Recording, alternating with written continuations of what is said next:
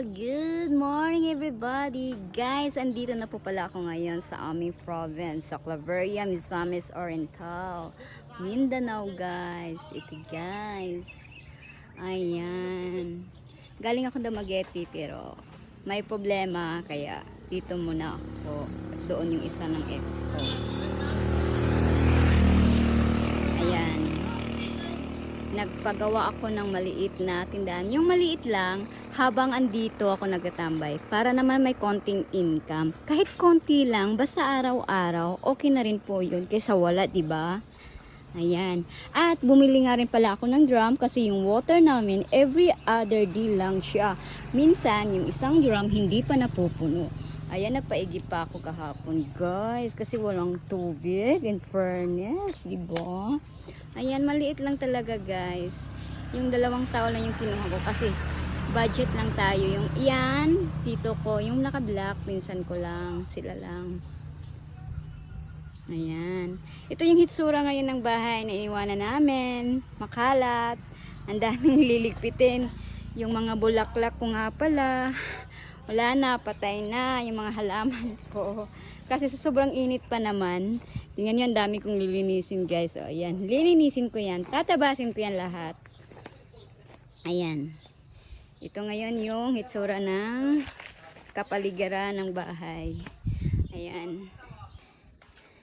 Papakita ko sa inyo sa loob. Makalat talaga kasi galing ako ng ayan, makalat. Ang dami kong liligpitin. Hindi pa po tapos yung sa loob namin ng bahay. Marami pa po talagang kulang. Kaya lang may problema. Kaya hindi natapos. Ang dami. Mahirap mag-explain pero wala pa po siyang double walling sa loob. Pero may frame na siya.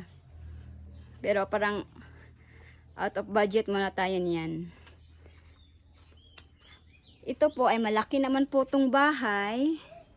Ang gagawin ko nito guys, paparintahan ko yung kalahati. Tapos yung kalahati akin.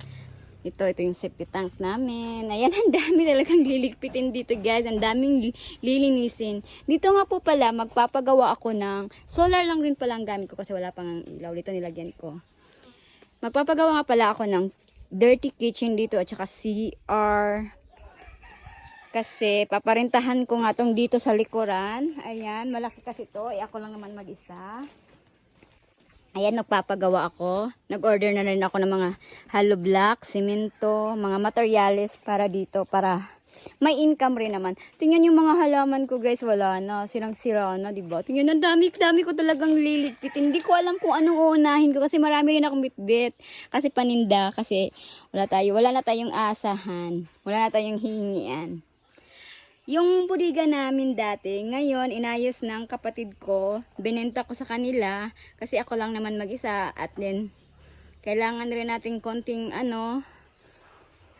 panggastos para makaano rin ako ng sa loob, mapalagyan ko ng double wall. Ayan, kaya binenta ko sa kanila. Ito, mula dito ng Jimelena, hindi na to akin. Hanggang dito lang yung lupa ko. Ito na siya, ito. Ayan. Ito ay sa kapatid ko na binenta ko lang sa kanila. Kasi ako lang rin naman mag-isa eh. Maraming problema guys. Hanggang dito ang lupa. Hanggang dito, papuntang Gemelia na sa kapatid ko na. Bodega to namin dati. Inayos lang kasi gusto nila ng tirhan. Temporary lang naman eh. Ayan guys, ang dami ko talagang liligpitin nito guys. Ayan. Yung bahay, ang kalat, yung koral. Mga halaman ko talaga, naawa talaga ako kasi patay na. Tapos binili ko pa naman yun. Oh, hindi mo rin masisi guys kasi wala nang tubig na tama. Yung leak nga namin, wala na eh. Tuyong-tuyo na yung leak namin. Ayan. Thank you for watching guys and listening. Have a nice day everyone.